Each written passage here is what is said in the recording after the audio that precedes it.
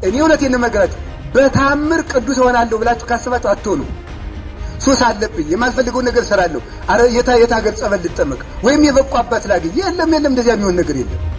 የሚሻለው ራስን አስጨንቆ አስቸግሮ ወስኖ ከእግዚአብሔርና ከዚህ እንቅልፍ፣ ከእግዚአብሔርና ከዚህ ኃጢአት፣ ከእግዚአብሔርና ከዚህ ንግግር ብለን መርጠን መከራ መቀበል አለብን። አላችሁ የላችሁም?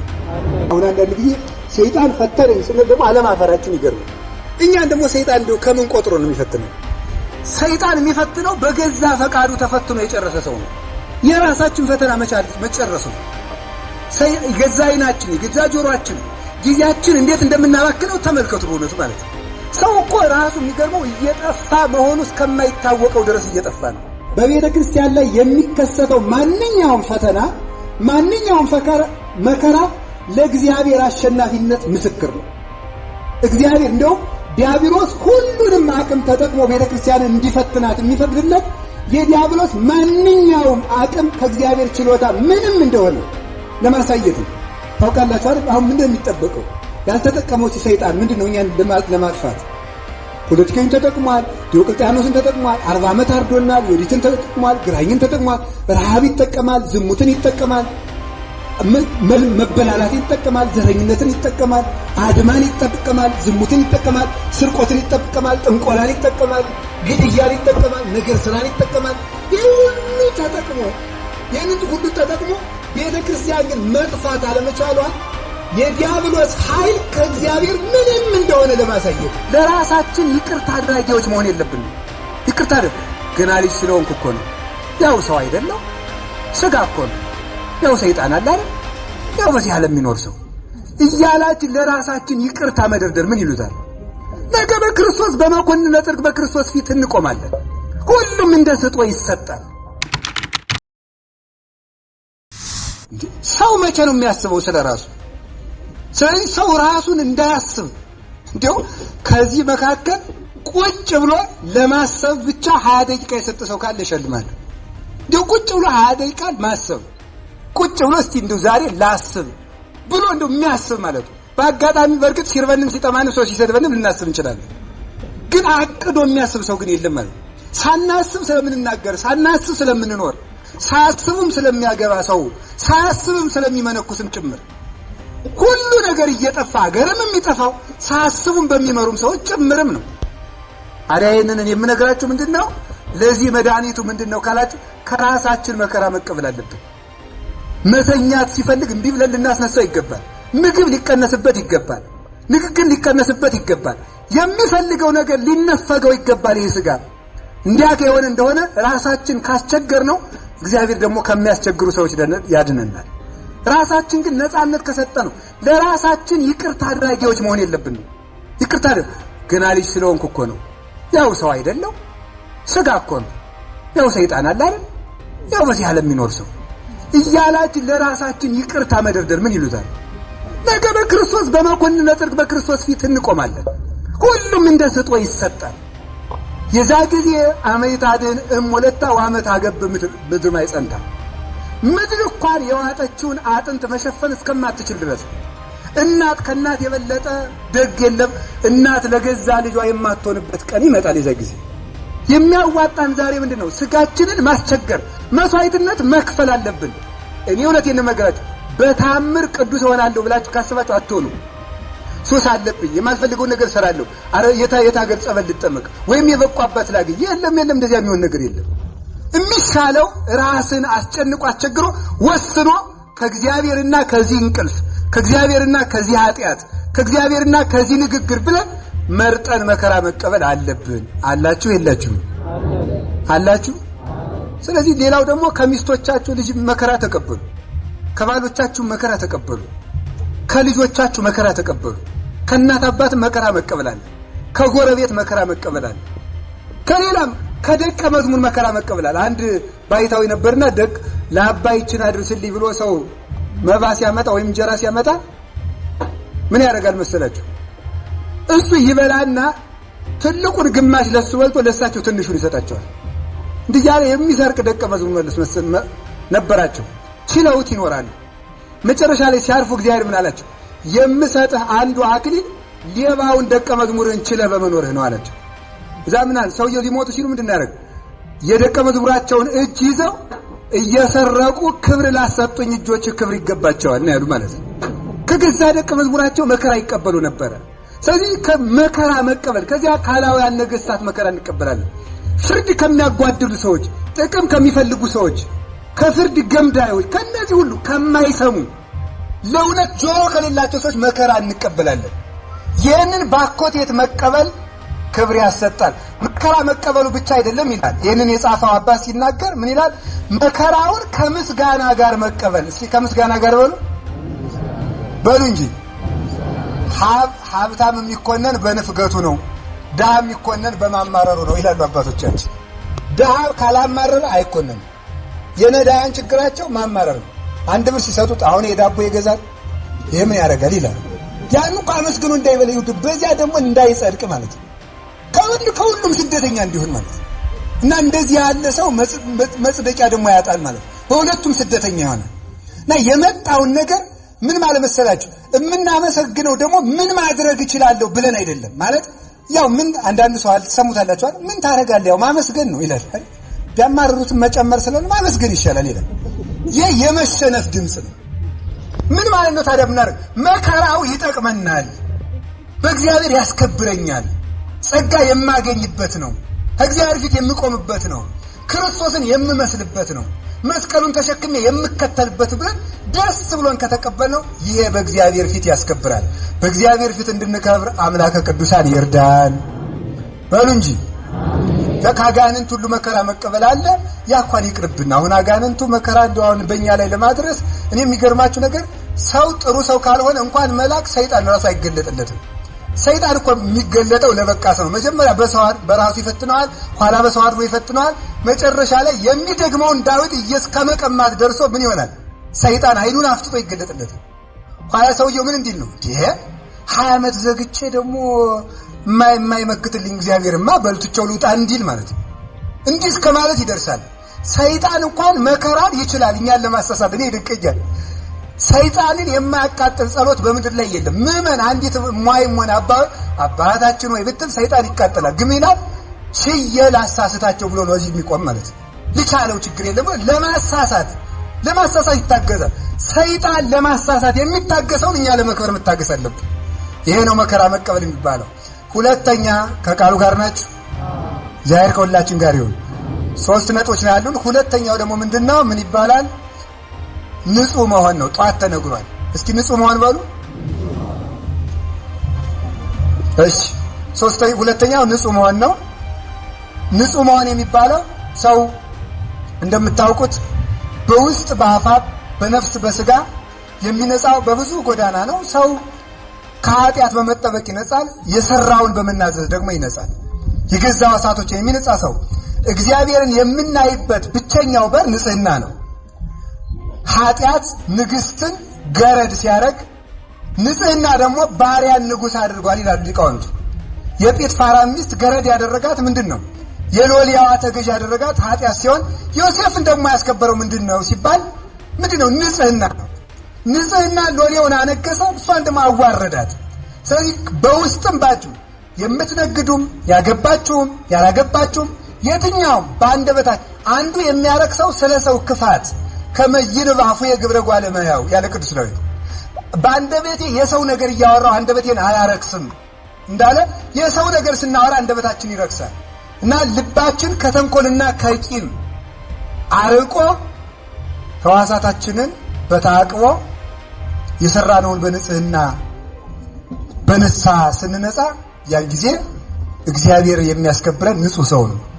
እመቤታችንን የአምላክ እናት ያደረጋት ንጽህናዋ ነው። የትኛው የሚያስመርጥ ንጽህና ነው። አሁንም ቢሆን ለንጽህና መታገል አለብን። የሀገራችን ሁሉ መፍትሄ የቤተክርስቲያናችንን መፍትሄ ንጹህ መሆን ነው። ከምንሰራው ነገር እንንጻ፣ የሰራነውን ደግሞ በንስሐ እናንጻው። ይህንን ማስተላለፍ ፈለኩት። ለጠቅልለው እንደተባለው ሶስተኛው በእግዚአብሔር ፊት የሚያስከብር ምንድነው ስትሉ መታዘዝ ነው። እስኪ መታዘዝ በሉ እንጂ መታዘዝ ነው። መታዘዝ አሁን አብርሃም ለምሳሌ አብርሃም ተብሎ ይጠቅሳል። ዛሬ አብርሃም ነው በ28 ነው። ስለዚህ አባታችን አብርሃም የከበረው በምኑ ነው? በመታዘዙ። የሱ መታዘዝ በጣም በቃ አስጨናቂ ታዘዞች ናቸው። አልተርካቸው። አንደኛ ሰው ከሚያውቀው ሀገር መውጣት ጭንቅ ነው። ከዘመድ መለየት ጭንቅ ነው። እንደገና ደግሞ ወደማያውቁት ሀገር መሄድ ጭንቅ ነው። አንድ ልጅን ሰዋልኝ ተብሎ መታዘዝ ጭንቅ ነው። እነዚህ ጭንቅ ትእዛዞች ስለታዘዘ እግዚአብሔር ደግሞ ዓለም በሱ ዘር ከጭንቀት እንዲወጣ ተጠቀመበት። በሱ ዘር ዓለም በሙሉ ዳነ። ክርስቶስ የአብርሃም ልጅ ነውና መታዘዝ ዓለምን ነፃ ያወጣዋል። የሚታዘዙ ጥቂት ሰዎች ዓለምን ሁሉ ነፃ ያደርጋሉ። በአንድ ሰው አለመታዘዝ ነው የጠፋ ነው በሔዋን። በአንዲት ሰው መታዘዝ ነው የዳን ነው በእመቤታችን እሺ በማለቷ። የአንዲቱ አለመታዘዝ ኃጢአትን አስገባ፣ የአንዲቱ መታዘዝ ኃጢአቱን አስወጣ። መታዘዝ እሺ ባይነት ማለት የእመቤታችን ካሳ መሆኗ ቤዛዊት የሚያሰኛት አንዱ ምንድነው? ይህን ማድረጓ ነው። እንዲሁ ስለመታዘዝ አንድ ነገር ልንገራችሁ። አለመታዘዝ የለጋነት ምልክት ነው የሚለው መጽሐፍ። የልጅነት ምልክት። ሕፃናት እያደጉ መሆናቸውን የሚያረጋግጡት እምቢ በማለት ነው። ማደጋቸውን የሚያረጋግጡት ያን አድርገው እምቢ እምቢ ስል ምን ይደረጋለሁ ብለው ትልቅ መሆናቸውን ያረጋግጡታል ማለት ነው። አንተ በዚህኛይቱ ዕቃ ብለህ አልበላም፣ ይሄ መብቱ ማረጋገጡ ነው። እና የማይታዘዝ ሰው በአይምሮ ለጋ የሆነ ነው፣ ሕፃን የሆነ ነው። ብስል የሚባለው የሚታዘዝ ነው። ስለዚህ ለምሳሌ መታዘዝ ያስከብራል ስንል እግዚአብሔር ፈጣሪ ነው፣ እመቤታችን ፍጡር ናት። ክርስቶስ እየታዘዘ ነው ያደገ። ከታዛዡና ካዛዡ ማን ክቡር ነበር ቢባል ታዛዡ ክርስቶስ ነው። ለምን? እሷ ፍጡር እሱ ፈጣሪ ስለሆነ።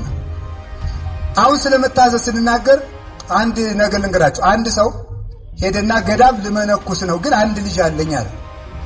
የገዳሙ አበምኔት ምን አለው? እሱን ልጅን ሂድና ባህር ከተው መጥተህ እናመነኩስሃለን አለ። በኋላ ምን አለ?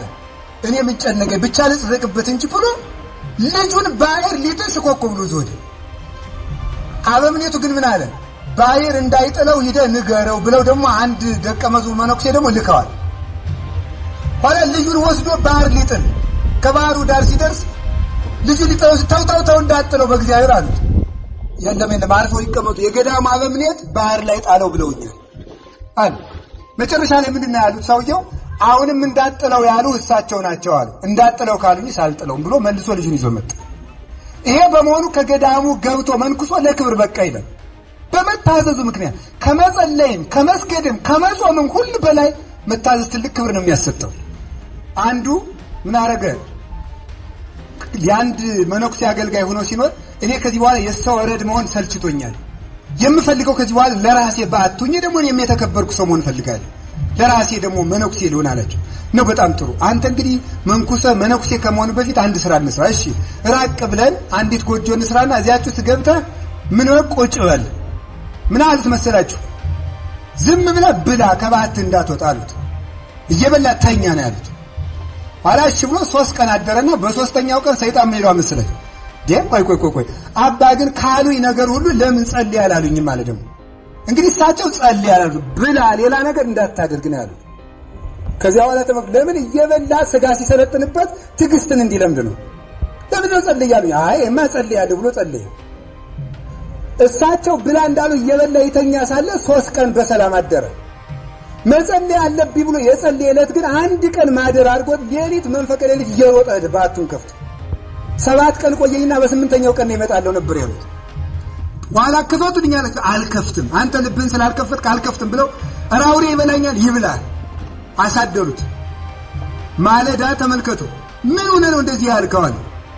እኔማ እንደዚህ ያልኩት ጸሎት ስላልነገሩት በዚህ ተናድቼ ጸልያለሁ አለ። ይሄ ነው መታዘዝ ነው የሚያከብር። እኔ ምንም ነገር እንዳታረግ ዝም ብለህ ብላ አላልኩህም ወይ? አንተ ከምትመሰርተው ጽድቅ የምትፈጽመው የትእዛዝ ጽድቅ ይበልጥ ነበረ።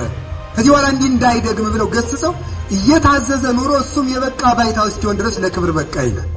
ስለዚህ በገዛ ራሱ ካቋቋመው ጸሎት ይልቅ አሁን በገዳም መነኮሳትን የሚያደርጋቸው ነው ዘግተህ ጸልይ፣ መታዘዙ እንዲሰለቸው እንዲንቅ ማድረግ ማለት ነው። ሁላችንም የአዛዥነትን ስሜት እንፈልገዋለን። ስለዚህ አሁንም መታዘዝ ያስከብራል። አንድ ብቻ ሐሳብ ተናግሬ ጨረስኩ። አንድ ሰው እንዲሁ ረዳቸውን አንድ ትልቅ አውሬ ያለ አጠገባቸው መቃብር ቤት ውስጥ ስጋ እያመጣ ይበላል። ያ አውሬ ከደራጎን የበለጠ ነው። ከደራጎን የሚበልጥ አውሬ ነው። ያንን አውሬ ያመጣ ስጋ ይበላል፣ ያተረፈውን ጥሎ ይሄዳል። ማንም ሰው እዚያች መቃብር ቤት አይገባም። እሳቸው ደቀ መዝሙራቸውን ሊፈትኑት ምናሉ በጣም ታዛዥ ደቀ መዝሙር አሏቸው። እንዲህ አሉ፣ ሂድና አባ ዮሐንስ ይባላል፣ ሂድና ያ አውሬ ያተረፈውን ስጋ ይዘህልኝ አሉ። ሊበላ ሲመጣ ደግሞ አባ ዮሐንስ ነው ያሉኝ በለው አሉት። እሺ ብሎ ሄደ። ስጋውን ብድግ ሲያደርግ ያ አውሬ መጣ። አንበሳ የሚወጣ አውሬ ነው። እኔ አይደለሁም አባ ዮሐንስ ነው ያሉኝ አሉ። ከዚያ በኋላ ቆመ አውሬው፣ ስጋውን ይዞ መጣ። ኋላ ምንድን ነው ያሉት? እንደውም ሲልኩት ምን አሉት? አይ ቆይ ረስቸው፣ አውሬውንም እዘህልኝ አስረህ አሉት። ሄደና ቆመ አውሬው። መጨረሻ ላይ ና ብሎ ወደ ሲቀርብ ደግሞ አውሬው ሲያጉረመርም እኔ አይደለሁም አባ ዮሐንስ ነው እና ያሉ አሉ። አውሬው ያ አውሬ ከአንበሳ የሚበልጥ አውሬ ተጎንብሶ እየተጎተተ መጣ። ይዞ መጥቶ አስረከባቸው። እሳቸው ግን እንዳይታበይ ብለው ምን አሉት መሰላችሁ? አንተ የማትረባ ጥቅም የማትሰራ ያላልኩን አውሬ ታመጣለህ አሉት። ለምን? በመታዘዜ እንዲህ ያለ ታምር አደረኩ እንዳይሉ ነው። ደግሞ መቼስ ደግሞ የኛ መጽድቃችን እኮ ክፋል።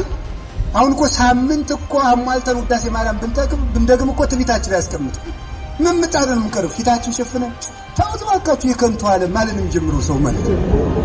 እንደው ምንም የሌለን ምን ማለት ነው። ስለዚህ ደግሞ ታምር ያደረግነው ይመስልናል። በቃ የበቃን እስኪመስለን ድረስ እና መልመድ ያለብን መታዘዝ፣ መርጦ መታዘዝ አይደለም፣ ሳይመርጡ ሳይጠራጠሩ መታዘዝ። አሁን ምን ምለው ይሄንን ነው። ለካህናት መታዘዝ፣ ለእናት አባት መታዘዝ፣ ለቅዱስ ሲኖዶስ መታዘዝ፣ ለቤተ ክህነት መታዘዝ፣ ለሊቃነ ጳጳሳት መታዘዝ፣ ለንስሐ አባት መታዘዝ መልመድ አለብን። ይሄ ብቻ እንዳይመስላችሁ፣ ለልጆቻችሁ እንኳን ቢሆን መታዘዝ ልመዱ። አባ ያንን ስጠኝ ሲሉ ዝም ሌላ ስራ ላይ ነኝ ካላችሁት ያ ልጅ ነገ አይታዘዝ። ዛሬ እሺ ካላችሁ ነገ ይታዘዛችኋል። ቅድስት ኢየሉጣን ከመከራ ያደራት ለልጇ መታዘዟል። ኢትፍሪም ብሎ ጨርቋን ጎትታ ምን ይላል አየ የሚፈላ እሳት ሊከተኝ ነው ብትል እኮ ትችል ነበር። ተከተለችው፣ ገባች፣ አዳናት፣ ለእናቷ አክሊል አሰጣት። ልጆችን ማዳመጥ መስማት ይገባል። መታዘዝ ይጠበቅብናል። ስለዚህ የምንታዘዝ ከሆነ መከራው ይቀርልናል። ለአባቶቻችን ለምን አታዘዝ? ለምሳሌ አሁን እግዚአብሔር ያሳያችሁ። አሁን ቀድሞ ሊቀ ጳጳስን ማየት ክርስቶስን እንደማየት ነው። ከሊቀ ጳጳስ መስቀል መሳለም ከክርስቶስ እንደመሳለም ነው የሚቆጠረው። ዛሬ ሁሉንም ነገር ተራርገናል። ንስሐ አባቱን የሚሰማ የለም። አሁን ድሮ የንስሐ አባቱ እኔ ወለተ ማርያም ገብረ ማርያም ይሄን የምታረግ ከሆነ የኔ ልጅ አይደለም ቢል ይተውት። ቀበሌ 14 ይዛለሁ አይደለም እንደዚህ አይደለም የምንለው ዛሬ እንደዚህ እኮ ነው የምንለው ማለት ነው።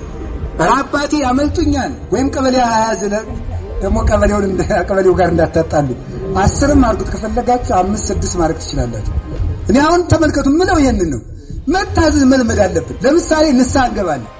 ንስሐ ገብተን ለምሳሌ 40 ስገድ ሳይል ዝም ብሎ በቃሽ ደናዋል ብሎ ይስደድ ካለ ትጸድቃለህ። ግን ይላል ደግሞ አንድ ቦታ ሄድና አንድ ንስሐ አባቴ ተናዝዤ ግን ልቤ ደስታ አልተሰማውምና እንደገና መናዝ ይፈልጋል። ለምን? ስግደቱ አንሶኛል ይላል። መዳን የሚገባው በመታዘዝ ነው። ሂድና ሻይ ስጠጣ ዋል ካሉ መታዘዝ፣ ስገድ ካሉ መታዘዝ። የመታዘዝ ያድነናል። ሞት ወደዚህ ዓለም የገባው ባለመታዘዝ ነው። አሁንም የምናስወጣው በመታዘዝ ነው። ለሁሉም እንታዘዘው። እንደው ስለ እግዚአብሔር ብላችሁ ለጠማማም ቢሆን እንኳን ታዘዙ ይላል ቅዱስ ጴጥሮስ። ስለ እግዚአብሔር ብላችሁ ለጠማማ ሰው እንኳን ቢሆን ታዘዙ። ለጥመቱ ግን አንታዘዝም። ለጥመቱ አታዘዝም። ጠማማም ይሁን ምንም ይሁን ግን እንታዘዛለን። ከታዘዝን እግዚአብሔር እሺ ይለናል። መከራ ከተቀበል ንጽህናችን ከጠበቅ ለማንኛውም ሰው መታዘዝን ከለመድን ሃይማኖታችን የማይነካብን ከሆነ በቤተ ክርስቲያን የማያስነካብን ከሆነ የምንታዘዝ ንጹህ የምንሆን መከራን የማንፈራ ከሆነ አትጠራጠሩ፣ እግዚአብሔር ነገም የቤተ ክርስቲያንን ክብር በምልአት በስፋት ያስቀጥለዋል። እግዚአብሔር አምላክ የተዋረድነውን እንድንከብር ያብቃል። ወስብሐት ለእግዚአብሔር። ይቆየን።